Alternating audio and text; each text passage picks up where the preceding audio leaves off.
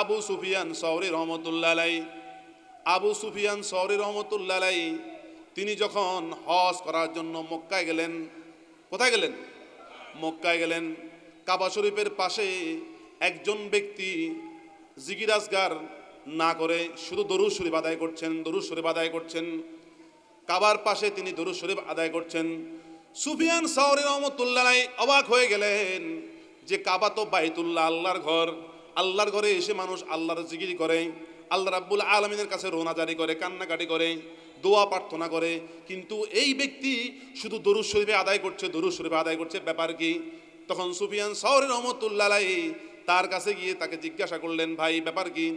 তুমি আমি আগের থেকে অনেকক্ষণ দেখতেছি তুমি শুধু দরুদ শরীফ আদায় করছো, অথচ আল্লাহর ঘরে আল্লাহ জিকির করার দরকার, আল্লাহর কাছে রোনাজারি করা দরকার, আল্লাহর কাছে কান্নাকাটি করা দরকার। তখন ওই ব্যক্তি সুফিয়ান সওরি রহমতুল্লাহ আলাইহির চেহারার দিকে তাকিয়ে দেখলেন এবং বললেন, আমি আপনাকে চিনেছি, আমি আপনার পরিচয় জানি, আপনার মতো ব্যক্তি যদি আমাকে এই প্রশ্ন না করতো, জিজ্ঞাসা না করতো, তাহলে আমি এটার উত্তর দিতাম না। তাহলে শুনুন, আমি যখন আমার শ্রদ্ধেয় আব্বাজানকে হজ করার জন্য রওনা দিলাম, তখন পথে মধ্যে আমার আব্বা অসুস্থ হয়ে গেল হঠাৎ করে। আমি আর আমার আব্বাকে কাঁধে নিয়ে যখন রওনা দিলাম, তখন আমার আব্বা বললেন, তুমি আমাকে এক জায়গায় বিশ্রাম করার জন্য সুযোগ করে দাও। আমি আমার আব্বা সহ এক জায়গায় বিশ্রাম করলাম। এই মুহূর্তেই দেখলাম যে হঠাৎ করে আমার আব্বা মৃত্যু শয্যায়, অর্থাৎ তার শেষ অবস্থা, কিছুক্ষণ পরেই তিনি সেখানে বসে মৃত্যুবরণ করলেন। আমার মন খারাপ হয়ে গেল, আমি হতাশাগ্রস্ত হলাম যে আর্য করে এসেছে আমার আব্বা আমার সাথে হজ করবে, কিন্তু তিনি মৃত্যুবরণ করলেন। এরপরে যখন আমি সেখানে বসে একটু বিশ্রাম নেওয়ার জন্য আমার তন্দ্রা আসলো, নিদ্রার মতো তন্দ্রা আসলো।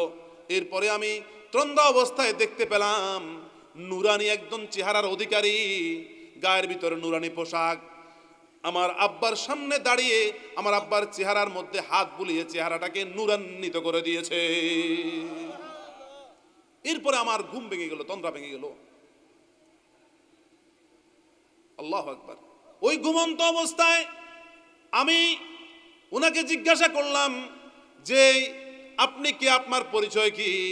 তখন তিনি উত্তর দিলেন যে আমি হচ্ছি যে তোমার আব্বা একজন গুনাহগার, পাপী, সে দীর্ঘদিন বিভিন্ন গুনাহে লিপ্ত ছিল, কিন্তু তার একটা অভ্যাস ছিল, সে প্রতিদিন আমি নবী মুহাম্মদুর রাসূলুল্লাহর প্রতি অসংখ্যবার দরুদ আদায় করত।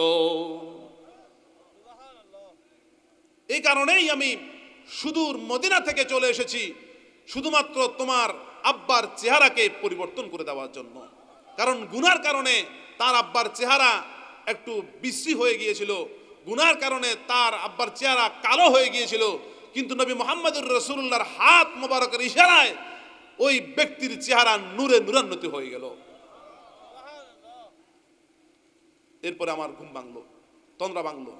তখন আমি বুঝতে পারলাম যে আসলে এই দরুদ শরীফের মধ্যে আল্লাহ রাব্বুল আলামিন অনেক ধরনের নিয়ামত রেখেছেন।